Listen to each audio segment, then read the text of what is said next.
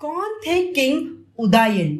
हमने हिस्ट्री में हरकन्या डायनेस्टी के बारे में तो सुना ही होगा, जो बुद्धों और जैनों की एक अहम डायनेस्टी में से एक थी। एंशिएंट इंडिया के इस एरा में हरकन्या डायनेस्टी, जो डायनेस्टी ऑफ मगधा की थर्ड रूलिंग डायनेस्टी थी, उसे एंशिएंट इंडिया का एम्पायर कहा जाता है और उसके रूलर थे बिंबिसारा, जिनके पिता ने उन्हें 15 साल की उम्र में ही एक राजा घोषित कर दिया था। उसके बाद उनके बेटे अजातशत्रु ने इस पर राज किया और कहा जाता है कि अजातशत्रु ने ही अपने पिता यानी महाराज बिंबिसारा को मरवा दिया था, क्योंकि उसका मानना था कि उनका राज करने का तरीका गलत है।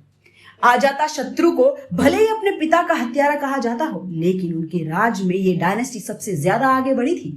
उन्होंने कोसला की राजकुमारी वजीरा से विवाह किया और उनके बेटे का नाम था उदयन, जिन्हें उदयभद्र भी कहा जाता है, जो अजातशत्रु के सक्सेसर थे और इस डायनेस्टी के चौथे किंग थे, जिन्होंने 460 से 440 बीसी तक हरकन्या डायनेस्टी पर राज किया। कहा जाता है कि उन्होंने मेनली जैन ट्रेडिशंस को ही फॉलो किया और साथ ही ऐसा भी कहा जाता है कि उन्होंने एक नए डायनेस्टी का निर्माण किया जब उन्होंने अपने राज्य का कैपिटल पाटलिपुत्र को चुना। कहा जाता है कि उदयन अजातशत्रु का फेवरेट बेटा था और वो अपने ग्रैंडफादर बिंबिसारा के राज के दौरान मौजूद था, और जब उसके पिता अजातशत्रु गौतम बुद्धा से मिले तब उदयन एक यंग प्रिंस था। उदयन अपने पिता और दादा से बिल्कुल अलग ही राजा था और उसने कई बार अवंती के पलाका को हराया था। दोनों ही एक दूसरे के राइवल्स थे और अंत में एक बड़े युद्ध के बाद अवंती ने उदयन को मार दिया और उसके राज्य पर कब्जा किया।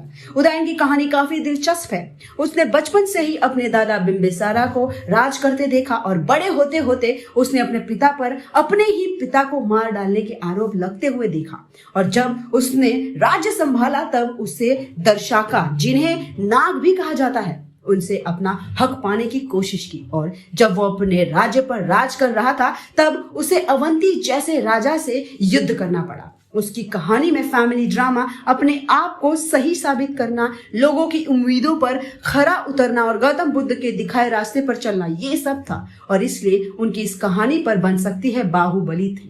और हमें एंशिएंट इंडिया की सबसे बड़ी हरकन्या डायनेस्टी के महान राजाओं के बारे में बताया जाने वाला है, जिनका नाम तो हमने हिस्ट्री में सुना है, लेकिन इनकी कहानी भी अभी सुननी बाकी है। तो आपको क्या लगता है, क्या एंशिएंट इंडिया की लॉस्ट डायनेस्टी पर बन सकती है बाहुबली 3? और अगर बनती है तो कैसा होगा प्रभास का नया लुक? इस पर आप अपने ख्याल हमें कमेंट्स बॉक्स में बताना मत भूलिएगा।